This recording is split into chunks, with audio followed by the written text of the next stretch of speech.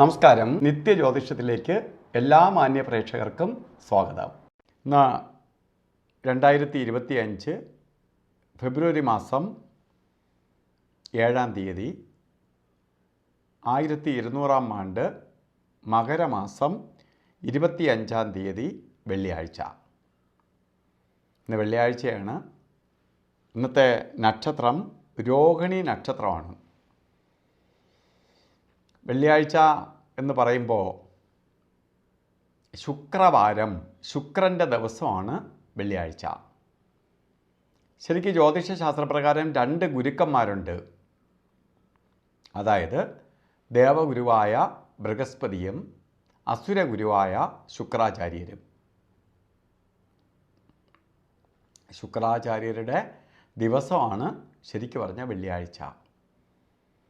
ശരിക്ക് അസുരഗുരുവിൻ്റെ ദിവസമാണ്.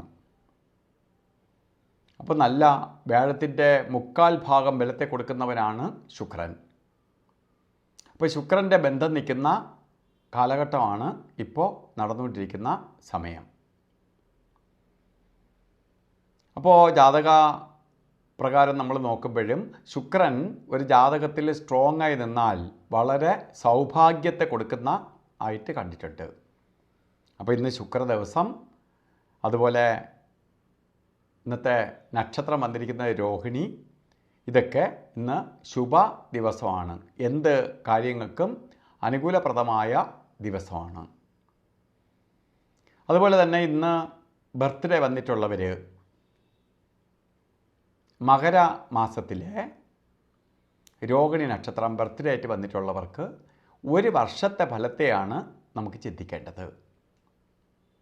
വാർഷിക ഫലത്തെ ചിന്തിക്കുമ്പോൾ ഒരു വർഷത്തെ ഫലം നമുക്ക് എങ്ങനെ എന്ന് നോക്കുമ്പോൾ വളരെ ഗുണഫലത്തെ പ്രദാനം ചെയ്യുന്ന ഒരു വർഷമായിരിക്കും നിങ്ങൾക്ക്. സാമ്പത്തിക പുരോഗതിയുടെ ഒരു വർഷമാണ്. വിവാഹം നടക്കാത്തവർക്ക് വിവാഹം നടക്കും.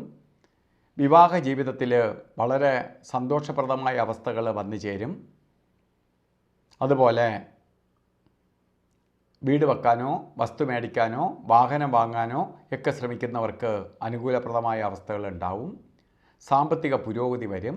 ജോലിയിൽ ഉയർച്ചയുണ്ടാവും. അപ്പോൾ നമുക്ക് ഈ ഒരു വർഷക്കാലം വളരെ ശുക്രൻ സുഖിക്കാത്തവരായില്ല സുഖ സൗഖ്യങ്ങളെ പ്രദാനം ചെയ്തു തരും. അപ്പോൾ ഇന്ന് ശരിക്ക് വെള്ളിയാഴ്ച ദിവസം നമ്മൾ ഓരോ കാര്യത്തിന് ഇറങ്ങുമ്പോഴും രാഹുകാലത്തിന് പ്രാധാന്യം കൊടുക്കണം.